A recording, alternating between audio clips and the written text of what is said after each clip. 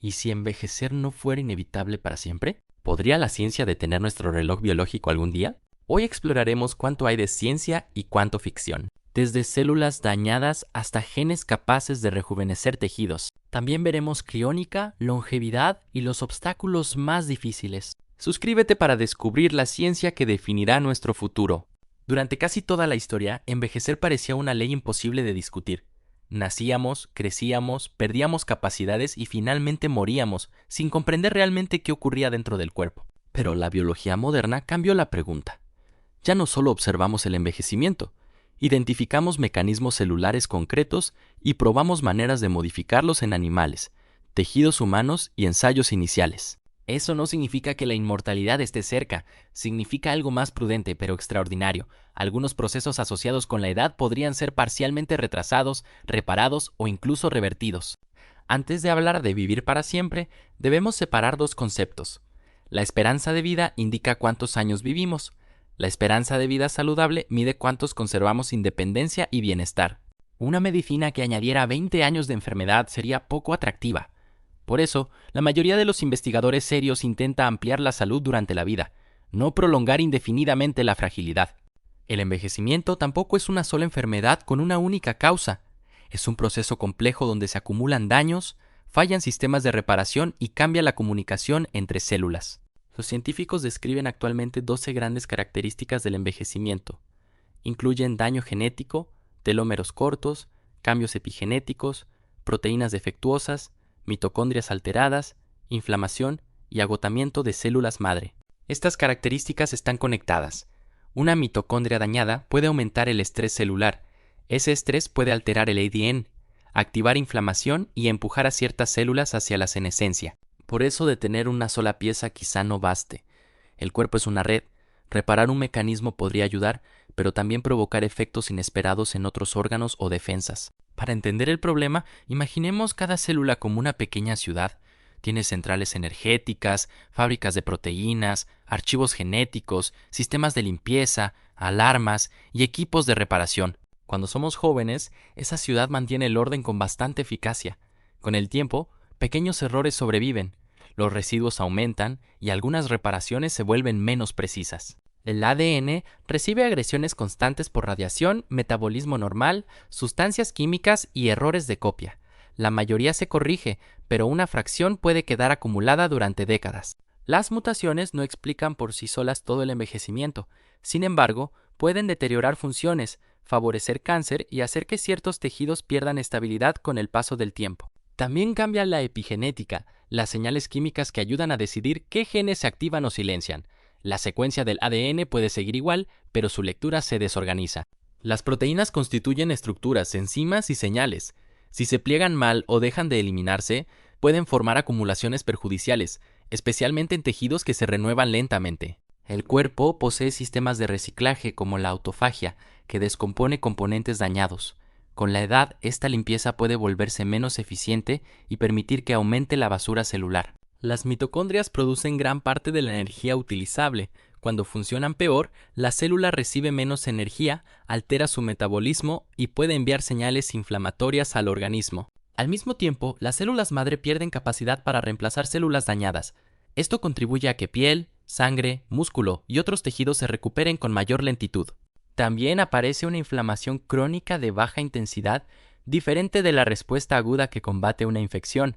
Esa inflamación persistente puede desgastar tejidos y favorecer enfermedades relacionadas con la edad. El microbioma intestinal cambia con los años y puede influir en metabolismo, inmunidad e inflamación. Aún así, todavía resulta difícil distinguir causas, consecuencias y diferencias individuales. Desde una perspectiva evolutiva, nuestro cuerpo fue seleccionado principalmente para sobrevivir y reproducirse, no para mantenerse perfecto durante siglos. La reparación absoluta habría requerido recursos y compromisos biológicos. Algunos genes útiles al comienzo de la vida pueden tener efectos perjudiciales después. La evolución favorece el éxito reproductivo inmediato mucho más que la supervivencia en edades extremadamente avanzadas. Esto explica por qué no existe un simple interruptor de juventud. El envejecimiento surge de muchos compromisos: crecimiento contra reparación, regeneración contra cáncer y defensa inmunitaria contra inflamación. Una de las piezas más famosas de este rompecabezas son los telómeros. regiones repetitivas situadas en los extremos de nuestros cromosomas, comparadas frecuentemente con protectores de cordones. Cada vez que muchas células se dividen, copiar completamente esos extremos resulta difícil. Por eso los telómeros suelen acortarse, aunque la velocidad cambia según tejido, genética, ambiente y salud. Cuando uno o varios telómeros se vuelven críticamente cortos, la célula puede interpretar que su ADN está en peligro y detener la división para evitar errores mayores. Ese freno es protector, impide que una célula inestable continúe multiplicándose. Pero si demasiadas células dejan de dividirse, el tejido pierde capacidad de renovación y reparación. Entonces surge una tentación evidente: alargar los telómeros para conservar células jóvenes. Algunas células utilizan una enzima llamada telomerasa, capaz de reconstruir esas secuencias perdidas. La telomerasa está activa en células germinales, ciertas células madre y muchas células cancerosas. Este último detalle muestra por qué activar telomerasa en todo el cuerpo sería peligroso. Una célula con daños que recibe permiso para dividirse indefinidamente puede convertirse en una amenaza. La protección contra envejecimiento y la protección contra cáncer están profundamente entrelazadas. Además, tener telómeros largos no garantiza juventud eterna. Otros daños continúan acumulándose y distintas personas pueden presentar telómeros similares con estados de salud completamente diferentes. Por eso una prueba comercial de longitud telomérica no funciona como fecha exacta de caducidad. Puede aportar información limitada, pero no predice individualmente cuánto vivirá alguien. En animales, modificar telomerasa ha producido resultados interesantes bajo condiciones controladas. Traducirlos a humanos exige demostrar duración, distribución adecuada y, sobre todo, seguridad frente al cáncer. El segundo protagonista es la senescencia celular. Una célula senescente permanece viva, pero deja de dividirse después de daño, estrés, acortamiento telomérico o señales potencialmente cancerosas. Al principio esto ayuda. La senescencia puede frenar tumores, participar en la cicatrización y colaborar durante el desarrollo. El problema aparece cuando esas células permanecen demasiado tiempo. Las células senescentes pueden liberar moléculas inflamatorias, enzimas y señales que modifican a sus vecinas. Esa mezcla se conoce como fenotipo secretor asociado a la senescencia. Con la edad, el sistema inmunitario elimina peor algunas de estas células. Su acumulación puede alterar tejidos, extender inflamación y contribuir a fragilidad o enfermedades crónicas. De aquí nacen los senolíticos, tratamientos diseñados para destruir selectivamente células senescentes. En ratones, ciertos experimentos han mejorado funciones y algunas enfermedades relacionadas con la edad. Sin embargo, una célula senescente no siempre es perjudicial. Eliminarlas indiscriminadamente podría interferir con cicatrización, regeneración o defensa contra tumores. La selección correcta es el desafío central. Los primeros estudios humanos con senolíticos todavía son pequeños y se concentran en enfermedades específicas. No demuestran que una persona sana pueda tomarlos para vivir décadas adicionales. También se investigan xenomórficos, que intentan reducir las señales dañinas sin matar la célula. Esta estrategia quizá permita controlar inflamación conservando funciones útiles, aunque continúa siendo experimental. El problema práctico es identificar con precisión qué células deben tratarse. No existe un marcador universal perfecto, y la senescencia cambia según tejido, causa y etapa de enfermedad. Una terapia futura probablemente necesitará dosis intermitentes, marcadores personalizados y vigilancia prolongada. El objetivo no sería borrar toda senescencia, sino restaurar un equilibrio más juvenil. Ahora llegamos a una idea todavía más sorprendente. Quizá una célula envejecida no haya perdido toda su información original, sino que parte de esa información esté desordenada. En 2006, Shinya Yamanaka mostró que unas pocas proteínas podían transformar células adultas en células pluripotentes, capaces de volver a generar múltiples tipos celulares. Esas proteínas, conocidas como factores de Yamanaka, reinician gran parte de la identidad epigenética. El descubrimiento demostró que el estado adulto de una célula no es irreversible, pero una reprogramación completa dentro del cuerpo sería extremadamente peligrosa. La célula podría olvidar su función, crecer de forma descontrolada o formar tumores llamados teratomas. Por eso surgió la reprogramación parcial. La idea es activar algunos factores durante un tiempo limitado, rejuveneciendo ciertos patrones celulares sin borrar por completo la identidad del tejido. En cultivos celulares y modelos animales se han observado cambios en expresión genética, reparación y marcadores epigenéticos. Algunos experimentos también han mejorado funciones de tejidos envejecidos. Los relojes epigenéticos estiman edad biológica utilizando patrones químicos del ADN. Son herramientas valiosas para investigación, pero reducir un reloj no garantiza automáticamente rejuvenecer todo el organismo. Un marcador puede cambiar sin que mejore la supervivencia, igual que bajar una cifra del tablero no repara necesariamente el motor. Necesitamos medir función, enfermedad y seguridad real. Además, existen varios relojes epigenéticos y no siempre ofrecen la misma respuesta. Algunos predicen edad cronológica, otros intentan estimar riesgo, velocidad de envejecimiento o mortalidad. Los científicos deben descubrir qué cambios epigenéticos causan envejecimiento y cuáles son simples huellas. Revertir una consecuencia estética del daño no equivale a eliminar su origen. La reprogramación parcial podría aplicarse primero a órganos accesibles y localizados, como el ojo. Eso permitiría controlar mejor la dosis y limitar la exposición del resto del cuerpo. En junio de 2026 comenzó un ensayo de fase 1 con una terapia experimental llamada ER100, dirigida a ciertas neuropatías ópticas mediante reprogramación epigenética parcial. Este ensayo no pretende volver joven a una persona completa. Su prioridad inicial es evaluar seguridad en el ojo y observar señales preliminares sobre función y tolerancia. Que una tecnología llegue a humanos es importante, pero no demuestra que funcione.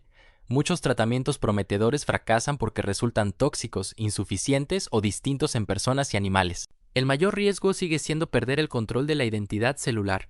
Una dosis demasiado intensa, prolongada o mal dirigida podría activar crecimiento anormal y aumentar el peligro de cáncer. También debemos saber si rejuvenecer un tejido durante meses produce beneficios duraderos o si las células regresan rápidamente a su estado anterior cuando termina el tratamiento. Otro desafío es distribuir una terapia genética.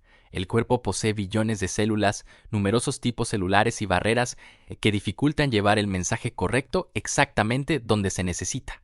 Los vectores virales pueden transportar genes, pero generan preguntas sobre inmunidad, control de dosis y reversibilidad. Una intervención anti-envejecimiento debería ser especialmente segura porque trataría a muchas personas. Tal vez no necesitemos reprogramar todo el organismo. Podría ser más realista reparar órganos concretos, restaurar células madre o reemplazar tejidos dañados según aparezcan problemas. La medicina regenerativa ya trabaja con células cultivadas, órganos artificiales, edición genética y trasplantes. Integrar estas tecnologías podría extender salud sin requerir una única cura universal del envejecimiento. También se buscan moléculas pequeñas capaces de imitar parte de la reprogramación. Serían más fáciles de fabricar y suspender, aunque controlar sus efectos en múltiples tejidos seguiría siendo complicado. El sueño final sería rejuvenecer periódicamente el cuerpo, como realizar mantenimiento profundo, pero cada ciclo tendría que preservar recuerdos, identidad celular, fertilidad, inmunidad y protección contra tumores. Y aquí aparece la pregunta filosófica. Si reemplazamos gradualmente células, órganos e incluso partes del cerebro, ¿seguimos siendo exactamente la misma persona o una continuidad reconstruida? Antes de pensar en una aplicación masiva, los científicos deben controlar cuándo comienza la reprogramación, cuánto dura y cómo detenerla inmediatamente si aparecen cambios peligrosos. También importa conocer la frecuencia necesaria.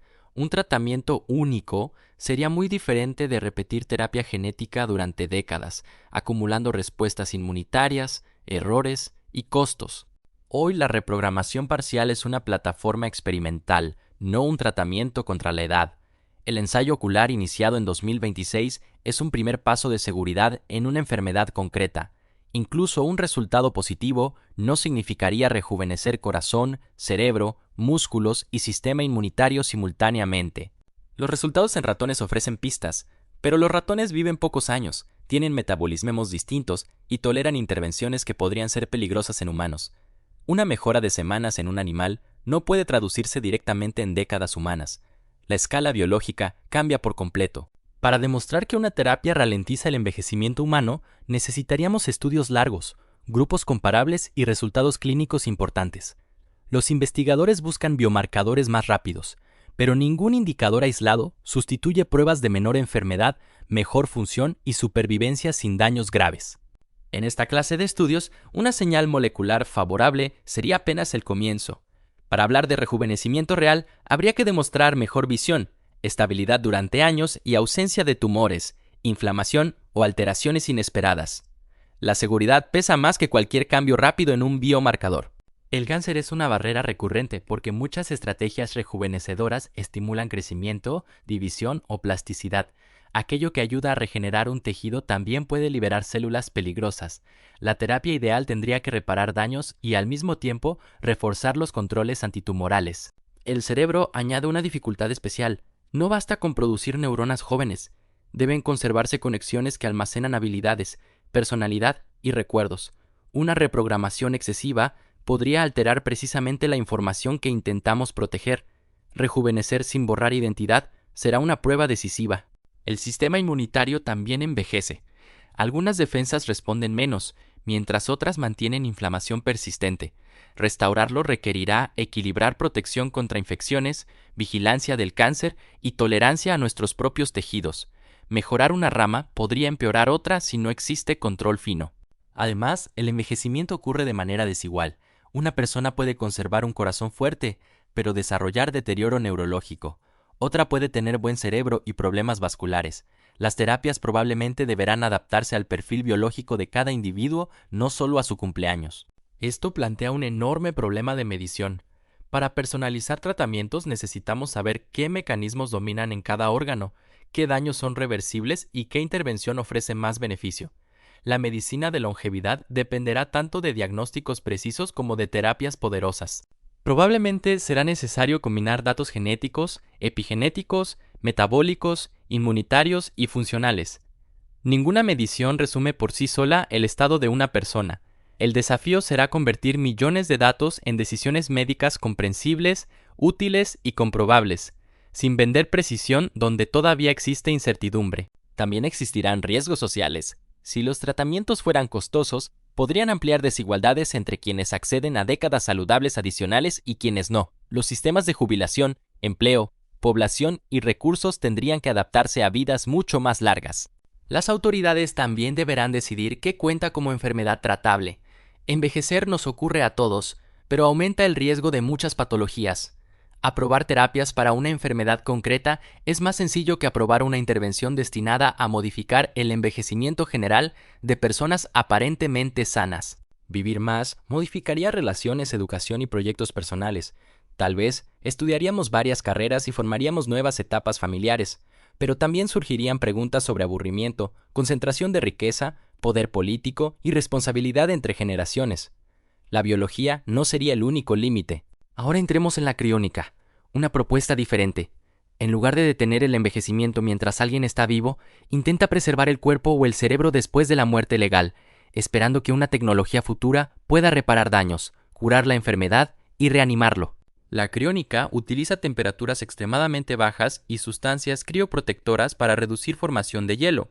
El objetivo es alcanzar un estado parecido al vidrio, llamado vitrificación.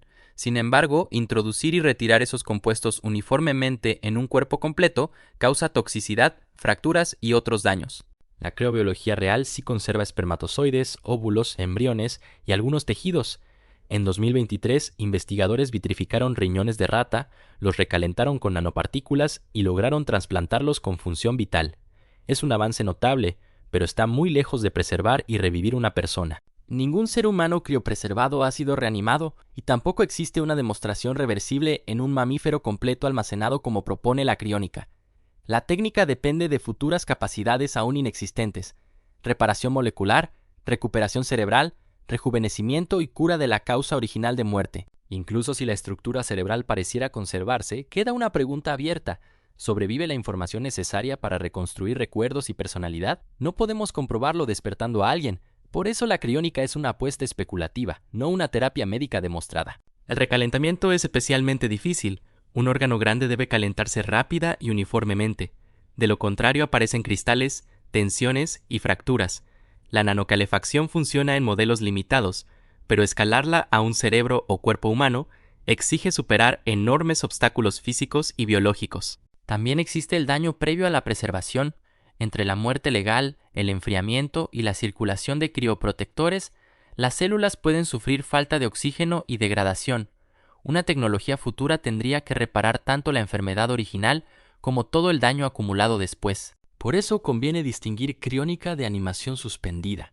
Reducir temporalmente metabolismo en una persona viva para una cirugía o emergencia sería medicina reversible, Preservar a una persona legalmente muerta durante siglos esperando resurrección tecnológica es una hipótesis mucho más extrema. La criónica también plantea problemas legales y éticos.